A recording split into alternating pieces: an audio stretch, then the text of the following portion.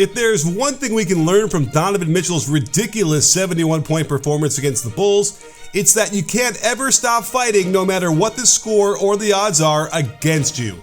As the Bulls grabbed a 21-point lead by the end of the second quarter, it would have been easy for the Cavaliers to have folded.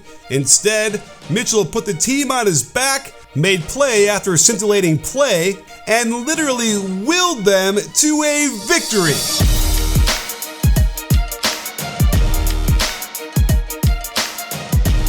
It's possible the refs got caught up in all the excitement too, since they made a few strange calls in Mitchell's favor, including one the Bulls fans are going to scream about for years to come.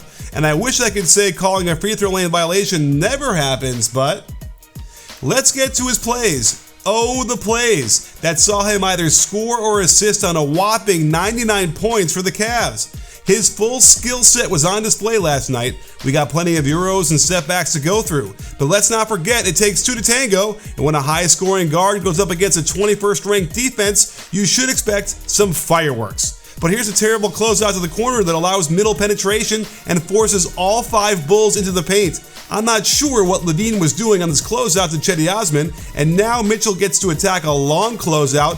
Watch how he uses the Euro to bound around Vucevic for an off-foot finger roll. Now we see a baseline drive with Patrick Williams rotating over nicely until Mitchell hits him with the Euro going away from the basket. Williams foolishly puts both hands on Mitchell's waist with a little shove, and what's amazing is how Mitchell can twist in the air off the right foot jump, hang, and then get the bounce as he's falling down. It would also help if Vucevic had tried to contest this a little harder. In the third, he rejects the screen set by Cedi, leaving Vucevic as the last line of defense. He's not quick enough laterally to handle the sudden change of direction on the Euro step and has to foul. Next, he puts his handle on display with some seriously vicious step backs. Off the quick drag screen, he's got Caruso on his side. It's the defender's focus to get in front as quickly as possible. So watch how Mitchell slams on the brakes with an outside between the legs dribble, and I love the quick hop to get into proper balance for the quick release splash 3 feet behind the line. And when Caruso drifts into his landing space, it's an and one. Next, they target Zach LaVine on defense, who just doesn't want to play with enough urgency on this end of the court, as Mitchell uses the same right foot plant to stop on a dime with a little bit of left foot drag to maintain balance and allow him to just rise up for the wide open 20-footer. They go after LaVine again, force a switch easily, and the simple skip into pound dribble, which synced to the left foot plant, allows Mitchell to then hit the right foot jab, step back, and get a decent look at the splash late in the game. To get to 71 points, you need some help from the defense, which is why you need to know that when high-scoring guards play against the bottom 10 defenses, chances are they're going to light it up.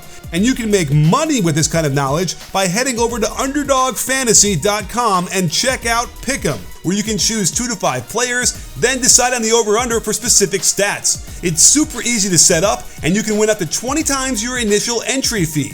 Mitchell is playing some pretty average defenses coming up, so I'd pick the over on his points in these games. But it doesn't stop there. You can make it a rival and add players from different teams to make it even more interesting. They've also got drafts where you can compete against me. You think you got what it takes? If you click on the link below and use my promo code BBALL, you'll get a deposit match of up to $100. So if you want a chance to get up to 20 times your money or beat me in a draft, you've got to check out Underdog Fantasy. Use my code BBALL, get up to $100 in matching deposits, and you'll have a better chance at winning money and understanding why the Bulls struggle a lot with off-ball positioning. 4 minutes into the second half, and Mitchell only has 17 points, but why is Ayo Dosunmu pulling himself so far out of position to the ball when he's guarding Mitchell? He creates a long closeout for himself, and Mitchell can just attack on the catch, get right by Ayo, and encounter one of the more ineffectual rim protectors in the NBA. In a similar concept, Vucevic gets an early help position on the elbow to support Derrick Jones Jr., but it's too much space to give to an elite shooter in Kevin Love, giving Mitchell an assist. Caruso does the same thing after DeRozan has to switch on to Mitchell, who gets the assist after the attack on the catch because Caruso gave himself a 12-foot closeout to the wing. And the biggest no-no of them all is getting an early help position off of Mitchell himself. Caruso is so focused on the ball that he ends up 10 feet away from Mitchell on the pass. Watch how he runs and catches, with AC having no chance to slow him up, plus a heads-up play by Love to screen off the help in the lane as he lays it in. Hey sports fans, Coach Nick here, and I want to ask a little favor. I'm getting a little bit close to 1 million subscribers. I'd love to get there a little bit quicker, so hit that subscribe button if you like this, give me a thumbs up, give me a comment, and stay tuned for lots more coming up all season long. They found ways to hurt the Bulls' defense with this attack even when Mitchell wasn't the one scoring. Vucevic needed to step up to prevent a wide-open three-pointer, but it leaves his slow feet several steps behind, and there's no way he could get there to stop as good a shooter as Kevin Love is. And that brings us to another big Achilles heel for the Bulls last night, giving up offensive rebounds. The Cavs won this battle 13-6 and second chance points 24-16. It started when they attacked Goran Dragic up top, beautiful split with it through the legs, and now the defense must be in scramble mode with a wide open corner three from Osman, and long rebounds always seem to get tipped out by the offense, and the basketball gods were shining down upon Mitchell, who ends up being in the exact right position. Here's another Vucevic pick and roll possession, and he simply can't be relied on to slide his feet fast enough to stop Mitchell. And it also means his man's got great position on a mismatch at the basket, but they don't need it since Mitchell got so deep into the lane he can grab his own rebound and put it back in plus the foul. Down 3 late and needing a basket in a hurry, they attack Vucevic the exact same way, and this time he does contest the shot in the air very well. But Allen's roll brings him right to the rim with no defender to block him out. Now watch Ayo. He's lost for several seconds, not realizing he needs to be guarding somebody. And wouldn't you know it, that somebody is the guy on his way to his 71 piece. Had he been a step earlier, it's a pick 6 and the game is probably over. Instead, Donovan gets going downhill immediately. Vooch must step up to stop the ball, and Patrick Williams probably couldn't do anything with this had he been a step earlier anyway. And that brings us to the biggest play of the game, and a situation I advocate for all the time. Fouling up by 3 with under 10 seconds remaining. Eliminate the chance of giving up a game-tying 3, but you have to rely on your ability to grab an intentionally missed free throw. It simply never happens that a team will make the first, miss the second, and then somehow get the rebound and put the basket in to tie the game. Well, except for last week when Luka did it. And then a few days later when the Spurs did it. And actually got fouled on the rebound and should have tied the game, but choked. But aside from that, it never happens, right? Well, kudos to Donovan Mitchell for seeing that the third defender was on the left side of the lane, so he tries to intentionally miss on the right side, and not only does he do an amazing job to catch the rebound, but to muscle it up and get this to go in.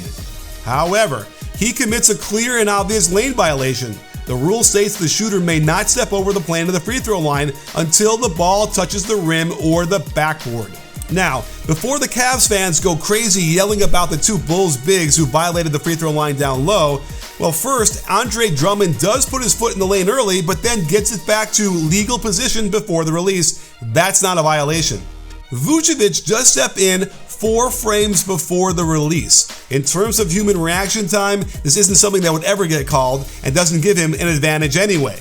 What Mitchell does, however, is a huge advantage, as he gets even with Patrick Williams before he would have ever been legally allowed to enter the lane in the first place. As a result, he's got room to jump into the void and put it back in miraculously to tie it. What's weird is all 3 referees know the situation and that Mitchell is going to miss this intentionally. He's the only play in town for the slot official, and certainly the Trail has this in his view too, but they all miss it. And it's even more strange because they called not 1 but 2 on Caruso coming in early from the 3-point line on this free throw earlier in the 4th quarter. In the overtime, Mitchell blew the game open with another 13 points, and this lackluster effort to get back on defense being a killer. And I get it, everyone was exhausted at this point, but all 5 Cavs are along the baseline when the rebound is corralled, and he still gets all the way to the rack for the layup and a 7-point lead. And that, sports fans, is how you get to 71 points in an NBA regular season game. It took a surefire all-star guard having the best year of his career while encountering a bad defensive team, playing its 5th game in 8 nights on the road, some very favorable whistles made worse by a totally blown no call to decide a game between these 2 teams a few nights ago.